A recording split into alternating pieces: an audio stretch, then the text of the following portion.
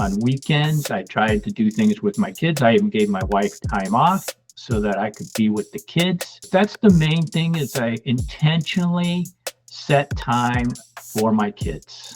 My name is Tim Anderson. Welcome to Father and Friend, where men learn to live for the good of their families. My name is Tim, and this is Father and Friend. This is the place to learn from other intentional dads. And today I am with Alan. He's the father of three adult children, 32 to 39. So he's got a lot of experience to share with us today. And we're going to discuss some of the things Alan has done and is continuing to do to have a positive impact on his family. So with that, Alan, what are some of the things you're doing with your family or have done with your family that you feel like have really made a difference for you? We'll start off when they were really younger. The main thing I made an issue of is I wanted to be present. My father, work was important, so he was always home late. Most Saturdays he ended up working, so didn't really see him too much. So I made an issue that when the kids were younger, when I came home from work, the attention was all on my kids. On weekends, I tried to do things with my kids. I even gave my wife time off so that I could be with the kids. So yeah, that's the main thing, is I intentionally set time for my kids. Okay, so we've got being present, intentional, and when we interacted before this, you had put a couple things down. I'll just name them real quick. You had said calling your kids weekly, telling your wife you love her daily, and helping around the house with chores. Would those still be in that category? Yeah, well, see, that's even with the kids now that they're older, they're the furthest one's 700 miles away. My son actually lives here because can't afford anything. My other daughter's 30 miles away, but we still call my daughters weekly just to chat with them, see how the grandkids are doing. We, keep things going. My daughter, who lives near here, we see her, actually, we get together as a family at least monthly. Wow. And then our other daughter lives further. We try and at least set up some time that we get together. Like even right now down in April, my wife and I are going to travel to where she's at and babysit the kids while she has to work and they're off of school, because they got 2 weeks off and she only got one. So she's a school teacher at college. Nice. So it sounds like the being present at home while they were growing up has transitioned into I'm still present. Exactly. By calling you on a weekly basis and checking in and seeing how things are going. Can you describe, you said that when you were present at home, you made a commitment to, after work, you would focus your attention on your family. Sure. Can you give me a mental picture of how easy or difficult that was for you to make that transition when you came home from work?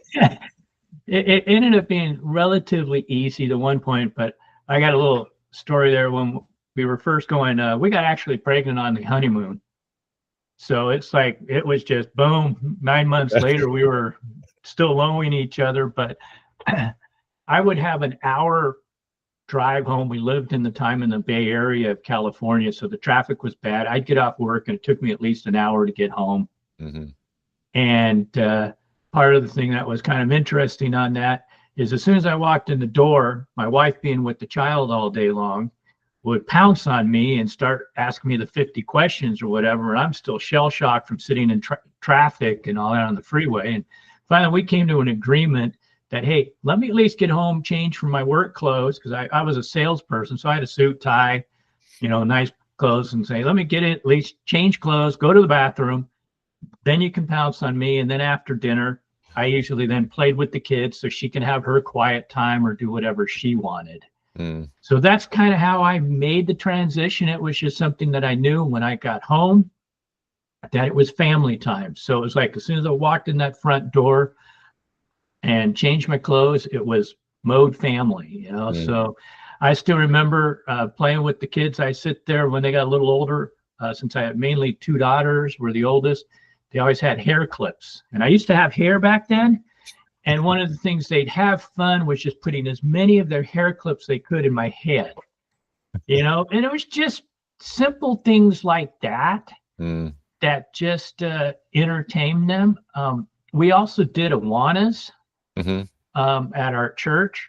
And even my daughter now, it's just like last year, she said, I remember we used to do the game that was called You Drive.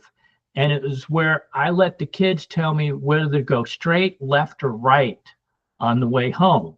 Nice. So my daughter, here she was, still 38, and she still remembers what we did when she was 5, 6, 7. And it was only once a week, occasionally.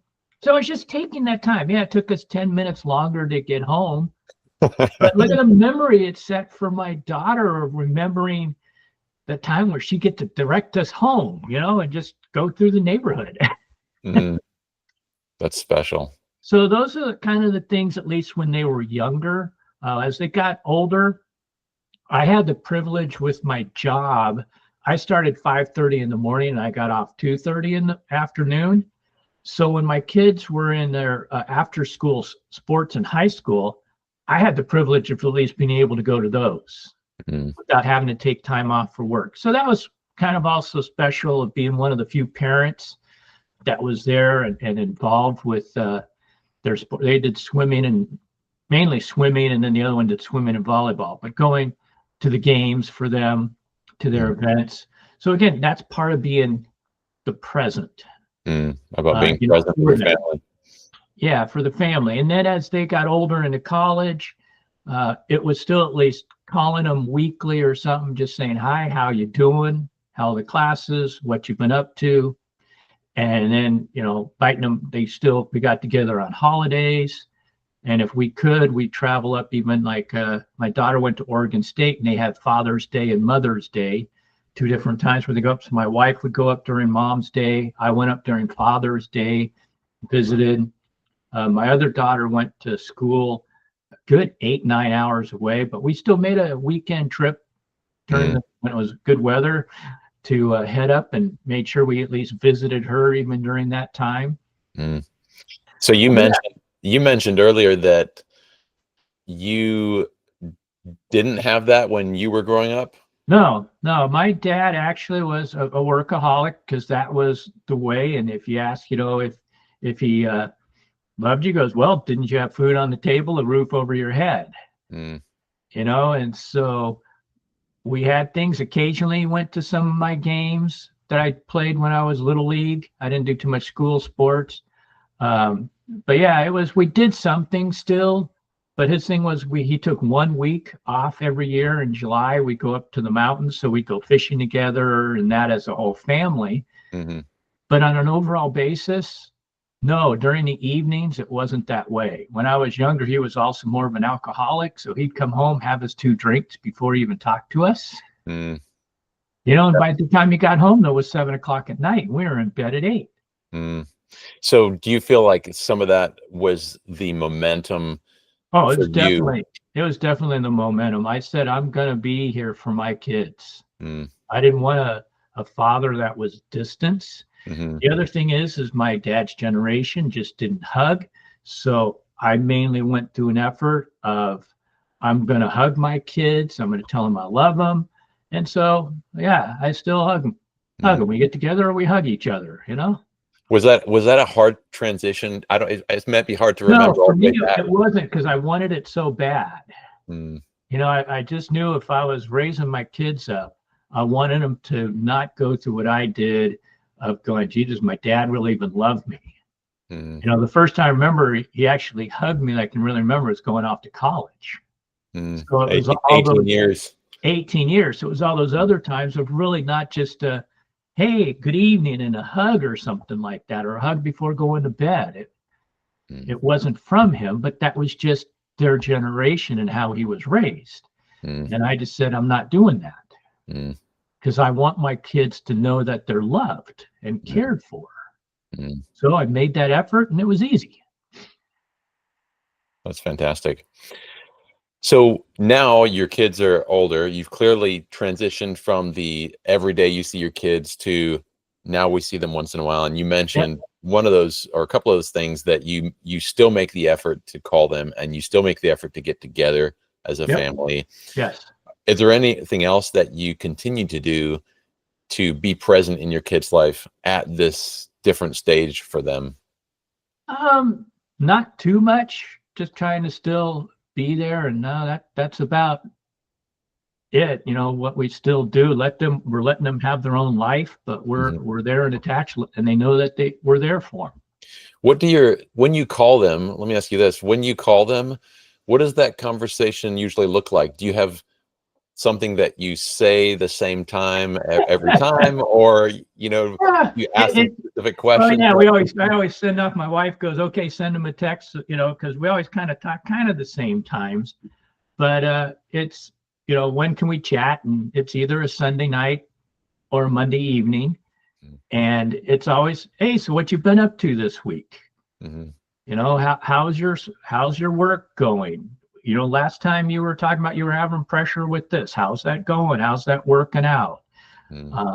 Hey, so the granddaughter was sick last week. How's she doing now? Is it, and just those type of things. And then we would say, here's what we've done this week. And if it was at all, like my wife might say, yeah, I had a lunch with some ladies, or like this weekend, she went to a women's retreat. So she talked about that. And this weekend was my daughter. Well, today actually is my granddaughter's birthday. So we'll still be calling her, wishing her birthday, but we asked about the party they had Sunday. So that's just it. It's a simple thing. How's your week been? What's happening? And then we talk about future things, like we're going to visit them in April, the one further away in San Diego. So we discussed already, some timing and so forth of that and this. And then my other daughter, who we haven't seen yet. So we arranged something that we're going to see each other this Saturday. So those are kind of the conversations. Yeah, no, that's good.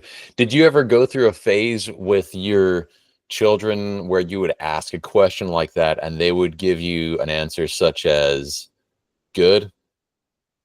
Oh yeah, actually it was my wife. My wife, the other thing that we've always done is we eat at the table together.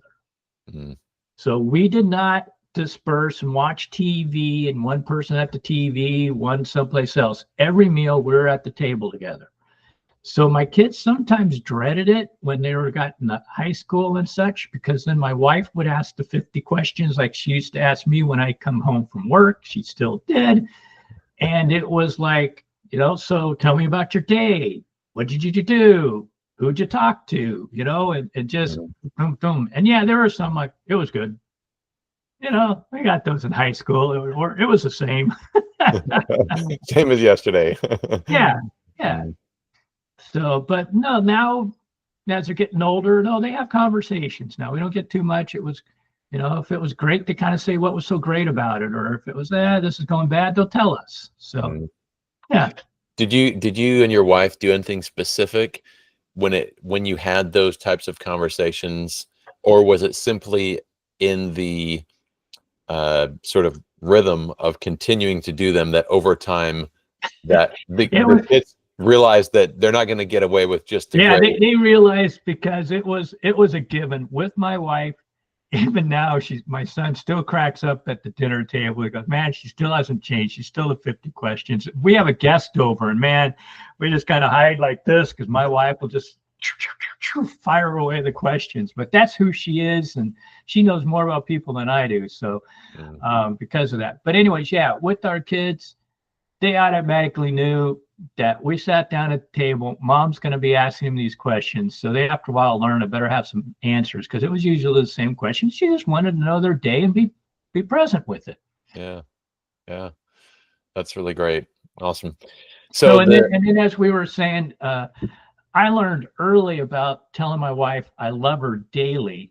I want to say this because we met a lady who was actually a coworker at the time, whose husband passed away while he was at work and she was at work. So, and she goes, I don't even remember if we said we love you when you left that morning. And so because of that, it's like, you know what? You never know after you see each other in the morning. So I always make sure that I tell her I love her. Mm, that's 'Cause who special. knows? Because he was in a car accident and that was it. Yeah, that's it. Now, do you do the same with your kids? Yeah, well, when we're talking, after we talk, we tell them we love them Mm, and that, and then if they come over and visit, yeah, it's told that we love them. mm. We don't tell them every day, but I mean, when they're not around, I don't even, my son's around. I still don't think I tell them now every day, but How do you think that impacted your children? Because I imagine they probably heard you saying that to your wife. I think it impacted them pretty good because they each now have pretty good. We actually like their in-law, the son-in-laws that we have. They chose great, Hmm.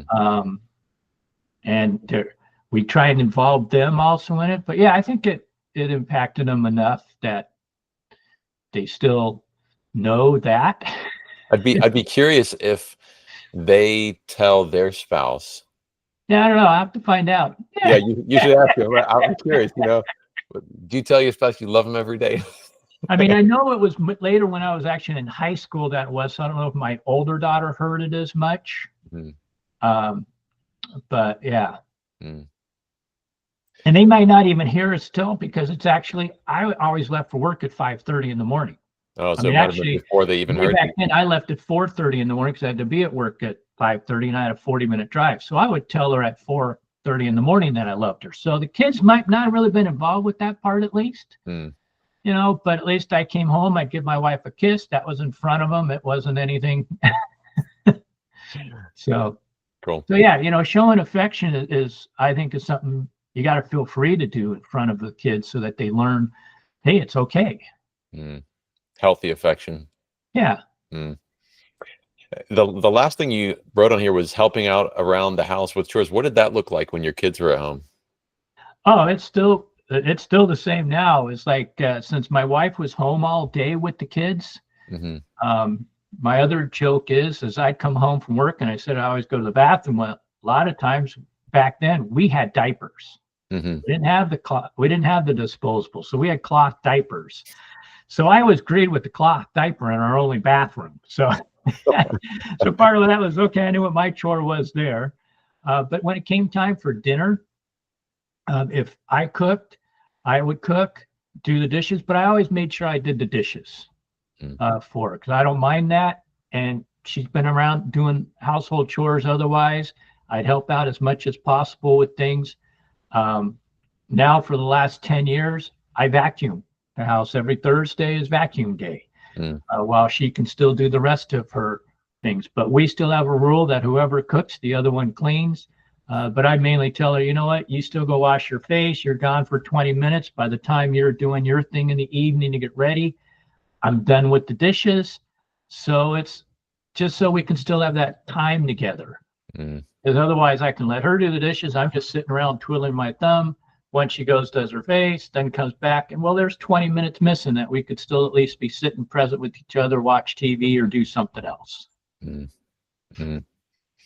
Yeah. But yeah, so it's mainly we do the dishes, share that chore. The other thing I've always done since we were young is I've always, once a year, she wants the windows washed inside and out. So I'll go ahead and do that. Mm-hmm. Now, when your kids were growing up, and I guess you have one with you there, did you require them to do chores with you? Or was it like, hey, we're going to do them. You guys are busy with school. How did that work? Yeah, well, they had a little bit like they were required to make their beds. Mm-hmm. They were required to keep their room clean. If it came to the nighttime, it was like, yeah, we at least bring your dishes to the sink and you don't just, we always leave them, we like them rinsed off and not just the grub. We don't put them grubby into the dishwasher. They get rinsed off. So, but yeah, so at least that part they were done, but the rest of it, we knew they either came home, like when they were in high school, our kids had swim practice was at 6 or 7 at night. So they would come home, have dinner, and then go to practice. Then they'd have to get their homework done. So yeah, we also allowed them to get their homework done, so they have time in the evening or something to be with us too. So we weren't too strict with certain of the, having to, except you had to make your bed in the morning. Occasionally there was the other thing because my wife we also made the arrangement that My wife wanted to, I wanted my wife to stay home. She wanted to stay home because both her parents worked. And in my generation, I noticed we had a few kids whose parents didn't work, and they were usually the ones that were first to go bad. So even when I was growing up, I said, I want my wife to not work either. So we made sure we did a budget and worked things out so my wife did not work. So her thing, she didn't mind. She took care of the house. So there wasn't as many chores that needed to get done at times for the kids. But yeah, their chore was to keep their area clean, do their homework. Yeah, very nice. That's great. Did you ever have a kind of clear idea of what you wanted to teach your children in some of those habits, or like what was the value that you were hoping to pass on to them? You mentioned that when you were growing up, you didn't receive that kind of presence, that kind of love. What would you say you want your children to walk away from your house with and go, this is what I remember about my dad? Yeah, well, part of it, I'm going to go back to still the things of requiring them to do things. As kids, they're going to rebel. And so, I mean, I knew when I was younger, my dad asked me to do things. I remember throwing fits. I remember I sprained my ankle because I stomped and missed a step throwing just to take the garbage out. So I didn't really I put the pressure a little bit that like them to do these things. But at the same time, I knew as they grew older that they would get more dependable and realize they need to get these things. It just came with life, and it did happen. So it wasn't instead of really having a blow up fight over you need to get this done, it was like, let's choose my battle. They're still young. If they were really, depending on as they got into high school, it was a little more, hey, I would like your help, at least doing the yard work, doing this, but so they knew certain things. So we didn't, when they were younger, didn't make it a battle. As they got older, they realized these are things that you have to do around the house. How did you not, so you had these requirements that they would participate in household chores and helping out with family life. How did you not make it a battle? Right? Because I guess I think about, there were certain times it was, there were certain times that, you kind of started to butt your head, and then you had to back off and say, how important is this today? They knew they were standing there. I don't want to do that today. Okay, great. When will you do it again? I'll let you get by this time, but the next time, so you persevered. Even if it was kind of a no-ish that day, you persevered and said, we're going to eventually do this. Kind of like the question asking, maybe, like, we're going to keep asking you questions until you answer, and I'm going to keep expecting this of you until we get on the same page. That's correct. You look at them now, like one of the times we'll talk to my oldest daughter and say, so what'd you do this weekend? She goes, oh, it was our deep cleaning day, because they both work. So she said, it was our deep cleaning weekend. It's like, oh, okay. So see, you still learn that you have to clean the house. You still have to pick up. And it's, so we kind of see the various things and kind of chuckle going, yeah, they caught that from, maybe from their mom, maybe not as much me, but so, and then, they all are responsible people at their work, because they saw me, I went to work, Dave, and it's changed now because of COVID, but when our kids were even younger, if they had a little sniffle, my wife would say, nope, you're going to school. If you really get bad, you can call me and we'll pick you up. So they kind of learned that you couldn't just be sick and not get by. You still had to show up, be present. They saw me do it for work. They had to do it for school. So even now, they've learned the responsibility of those things.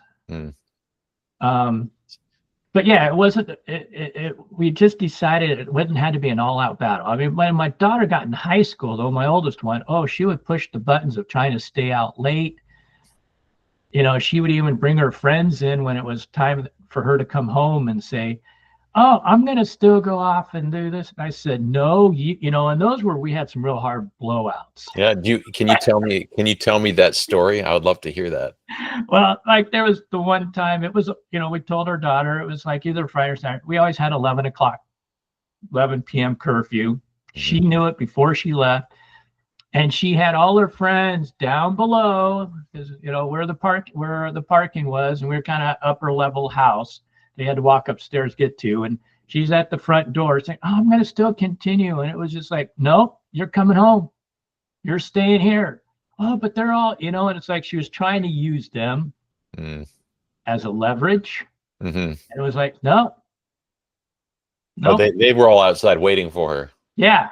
But she was trying to use it as a leverage that, see, they're still here. I can still go off. And so that was where, it was like you put the hand down. And there was a few other times she continued to, but that was our hardest part, was her junior and senior year when she had a car, able to drive. And do you think if you asked her about that, she would remember that? She probably would. I'd be also curious. I'd be curious how she remembers that story. Yeah, or even just any of them, because she was hard-nosed. She's a type A, and she would stand her ground, and I would stand mine just as bad. And it got to be pretty verbal. So if anything, it was those high school years with her. Now my other two saw that, and they were like, "Okay, we're learning from her. We're not going to push the buttons." It's interesting how that works, isn't it? When you can see someone else making errors, and you go, "Yeah, maybe we won't do that." Yeah. So our first one, as she got older, was tough because she was more independent, still wanted to go off and do these things. And, and we didn't push things. We found out some stories afterwards when she was in college and went, "Yeah, so you kind of learned some lessons from us, trying to be free out there," and kind of said, "Oh, I really can't." And we did tell her one thing when she went to college. I remember my wife telling her, saying, "Don't call us to bail you out. If it happens, don't call us." In other words, watch what happens. So she told us multiple times, though, that, "Oh yeah, I was out driving and a police officer tried to pull me over for this and that, and he ended up letting me go." It was like, yeah, see, she knew she had to watch if she drank, because they pulled over often. She was in a college town, So, and she was one time even asked, "Why do you guys always pull me over?" And they go, "Well, because you got the car that's usually stolen. It was just an old beater." And so there are those stories. That's good. That's awesome. So let's go back a little bit. And if you were to go back to your younger self when your kids were young, or maybe before you were a father, is there anything that you would tell yourself or that you would do differently than what you did? Yeah, or advice you would give yourself? Yeah, well, part of it, I guess, would be, it was kind of where we were at then and where we're at now too, as Christians. We've kind of changed our philosophy. I'm saying back then I relied more on the church, on bringing my kids up and so forth. I mean, yeah, we all talked about Christ, but I think I try and do a little bit more of showing the kingdom to them, because, but see, a lot of that's because of what we've learned now in the last 10, 15 years, my wife and I, that it's not just you're saved and you're forgiven and you get to go to heaven. I mean, there's not more of Christ in us, but I won't kind of go there, but it's more of the supernatural, if we just want to say that we are saying that the Lord should be showing more of his signs, wonders, and miracles. And I think that's what keeps kids going, or people in general excited, is having encounters with the Lord. So our kids really didn't have that to the churches we were going to. So our oldest daughter, of course, she was into more friends. And when we moved from one area and left all her friends to move up to Oregon from California, she kind of rebelled on that, because now she had to try and make new friends. And it's hard when you're in 6th, 7th grade to make new friends. We went to a church, and the church the students there were already cliquish, so they didn't allow her in. So by high school, she just didn't want to go to church. But we didn't also just drag her. So she said, "I didn't want to go." We just kind of said, "That's fine, because you're old enough to make a decision." She doesn't really follow the Lord, but she still remembers all her Awana verses she Hmm. she memorized, because she still discusses that and says, yeah, even her husband, yeah, she still occasionally brings up this verse or two, Mhm. so it's still there. We still talk about it, and maybe more. I would have more time as they got older, somehow trying to figure out ways of at least discussing the goodness of God, of Mm. how He's still there present. They still will call us and say, "Hey, we got this coming up. Will you at least pray for us or do this?" Mhm. My other daughter in the middle, she tried to go to churches, didn't really find any that fit, and then she went into what is it called again? Evolutionary biology. Mhm. And so she goes, well, since this is evolution, it's kind of against the Bible. She kind of phased out. But now she's getting her doctorate by Liberty, which is a Christian school. Oh, So, interesting. and her kids are she sent her kids all the time. So they were old enough. She sent her kids to Awanas. She married her high school boyfriend, who is not a Christian. They still don't. So none of them go to church, but she takes them to Awanas. Oh, So that's really interesting. it's still there. So it's Yeah. still there. But I think maybe as they were getting older, in some way, they still keep an influence somewhere or another, is what I would like change. But I still kind of question how I would have done that. Yeah. Yeah. That's interesting. Yeah, I was about to ask you, what do you think that could have looked like for you to Yeah, put that into it's practice? well, we still aren't ashamed to talk about, what we did. Even now during Christmas, because we'll talk to our grandkids, and they didn't know who God was, or because they don't really talk that much at their house. So we try and bring it up a little bit more at Christmas. We did bring up, the Christmas story. Easter, Hmm. we still bring up, the whole thing that Christ. We have a very short, but it's not a long, drawn out. So Yeah. You're doing what you can to yeah, communicate God's truths in the opportunities you have to do it. yeah, and they know where we stand, because we'll talk about how we went to church, what we did at church, or that we're doing this or that. Mm. So so they're not afraid of not knowing that we're there, but we're not going to still, every time we meet them, we're not going to throw scriptures down their throat. We're not going to bash them for this or that and say, you got, because it's a choice. Mhm. It still is. Um, and I've read the book by The Awe of God by John Bevere, Mhm. and it still kind of makes you think on parts of, okay, you say yes, but are you still going? I don't know. Mhm. I've heard some other people talk about after death they went to hell. I never saw, I was surprised who's there. Mhm. So it kind of like, are you really saved if you say yes? Mhm. Or is it that verse that says, I never knew you? Mhm. Even though that says we cast out this, we did this. In other words, they were at church sitting next to you, they worshiped next to you. Mhm. But was it a relationship or not? I think is where the real thing comes down to. Yeah. You Would can't you- choose that, and you can't force somebody to have a relationship with somebody. no, you can't. You're right. No, you can't. And I mean, it's interesting, isn't it? Because it's 100% true that only God really knows where someone's heart Right. is.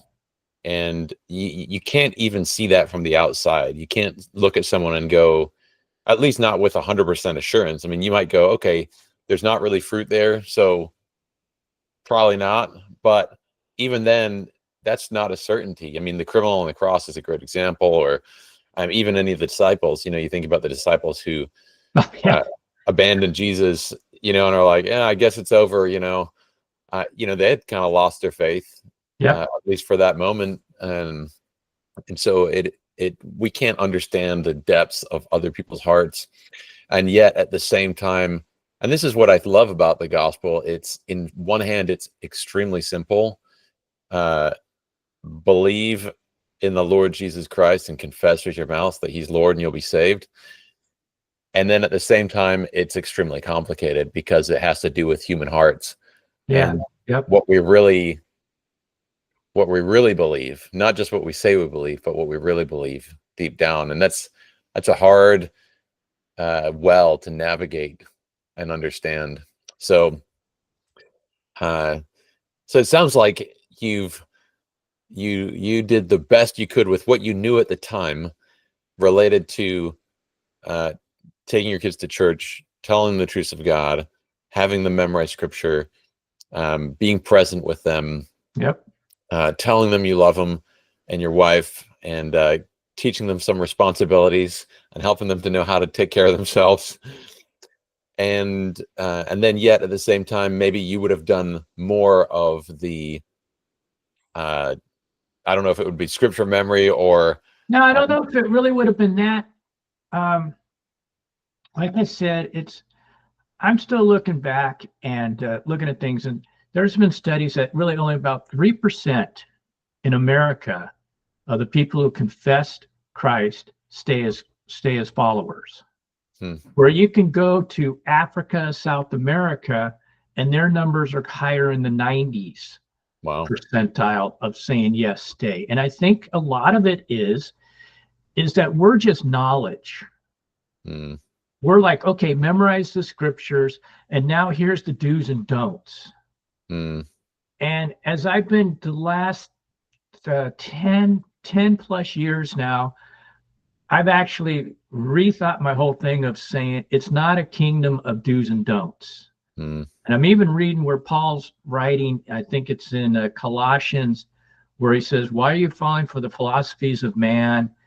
And it says, do not touch, do not do this. He says that's all an outward appearance, but it leads nothing to godliness. And see, and the whole thing is really is Christ is in us. So what's possible? I mean, we kind of blow by or kind of skip the part of John 14:12 where it says, if you believe, you can do the same things I did. And then later it gets on to in 17, he says, God, as you sent me, I send them. And then John 20:21, he goes to again, is I was sent, I now send you. So the same equipment Jesus had as soon as he came into us, John 17 says, we have the same glory and we have the same love that Jesus got from the Father. So more and more, we should be seeing more of the supernatural signs, wonders, and miracles just because of who's in us. And I'm thinking you see that in the other countries where here we skip all that. So would you say that if you had the, I don't know, relational maturity with Christ, you would have liked to have shown your kids more of that as they were growing up? More of an encounters, more of the kingdom actually operating. I mean, we're still kind of seeing it, but even now, like my wife and I are both involved with the healing ministry, and it's like some of the stories we can now see that just, people miraculously healed. And so, our kids, if they saw that or even involved with that, if they even prayed for somebody and saw them healed, it changes your perspective completely.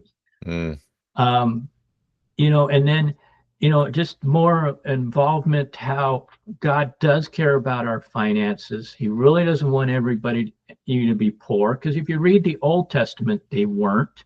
He gave them the opportunity of being there. Even in the New Testament, when he says, hey, I'll provide everything.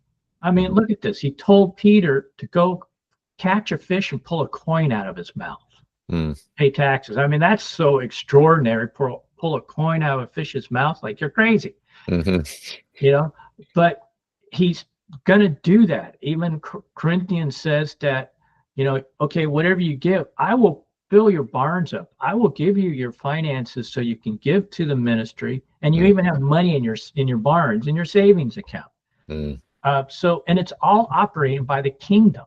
And it's the kingdom runs by financial laws. Like we have the laws of gravity and the laws of electricity. Well, there's the law of faith and there's the law of giving.